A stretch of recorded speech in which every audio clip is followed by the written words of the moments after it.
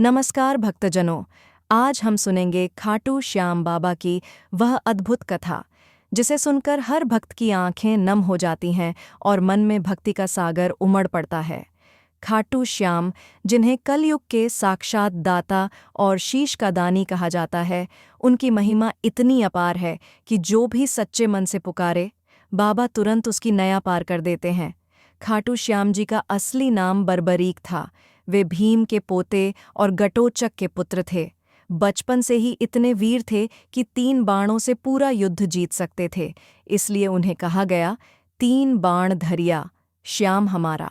जब महाभारत का युद्ध होने वाला था, बर्बरीक अपने प्रतिज्ञाबद्ध 3 बाणों के साथ युद्ध देखने निकले। तभी विराटनगर के पास मैदान में उन्हें भगवान श्रीकृष्ण मिले, परंतु वे साधारण ब्राह्मण के वेश में थे। श्रीकृष्ण ने बर्बरीक से पूछा, वीर, तुम किसका पक्ष लेकर युद्ध करोगे? बर्बरीक ने बड़ी सरलता से कहा, जो पक्ष कमजोर होगा मैं उसी का साथ दूंगा। यही सुनकर श्रीकृष्ण समझ गए कि यदि बर्बरीक युद्ध में उतर गए तो महाभारत का संतुलन बिगड़ जाएगा। यही कारण था कि श्रीकृष्ण ने उनसे दान मांगा, सिर का दान, और इस वीर ने बिना एक पल सोचे अपने शीश का दान कर दिया और उसी क्षण इन्हें आशीर्वाद मिला, कलयुग में श्याम नाम से तुम पूजे जाओगे। जो भी तुम्हें सच्चे मन से पुकारेगा उसकी हर मुराद तुम पूरी करोगे। और इस प्रकार बर्बरीक बन गए हमारे खाटू वाले श्याम बाबा। युद्ध समाप्त होने के बाद बर्बरीक का शीश वहीं कुरुक्षेत्र में दफन कर दिया गया। सदियां बीत गईं। बाबा की कृपा का समय आया।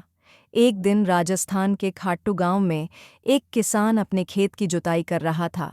तभी उसके हल से एक चमकती हुई धातु टकराई। खुदाई करने पर एक नीले रंग का दिव्य शीश मिला। कहते हैं, उसी रात खाटू के राजा को सपने में बाबा दर्शन देकर बोले, मेरा शीश निकालकर मंदिर में स्थान दो, मैं यहाँ कलयुग के लोगों का दुख हरूंगा। अगले ही दिन उस शीश को बड़े ही वैभव से खाटू के मंदिर में स्थापित किया गया और उसी से चमत्कारों का सिलसिला शुरू हो गया। कहते हैं, एक बार एक व्यापारी कठिन कर्ज में डूब गया था। निकलने का कोई रास्ता नहीं था।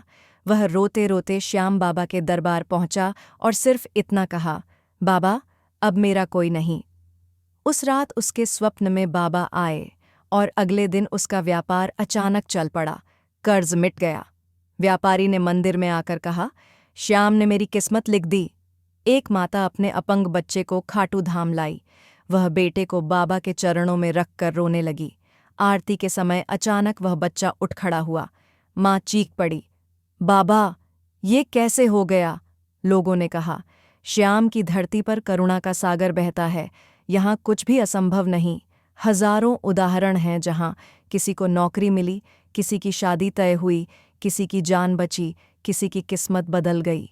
खाटू श्याम जी को कलयुग के कृपालु इसलिए कहा जाता है क्योंकि वे दिल की पुकार सुनते हैं, सिर्फ शब्दों की नहीं। क्यों कहते हैं हारे का सहारा श्याम? क्योंकि बाबा वही देते हैं जिसकी इंसान को सबसे ज्यादा जरूरत होती है।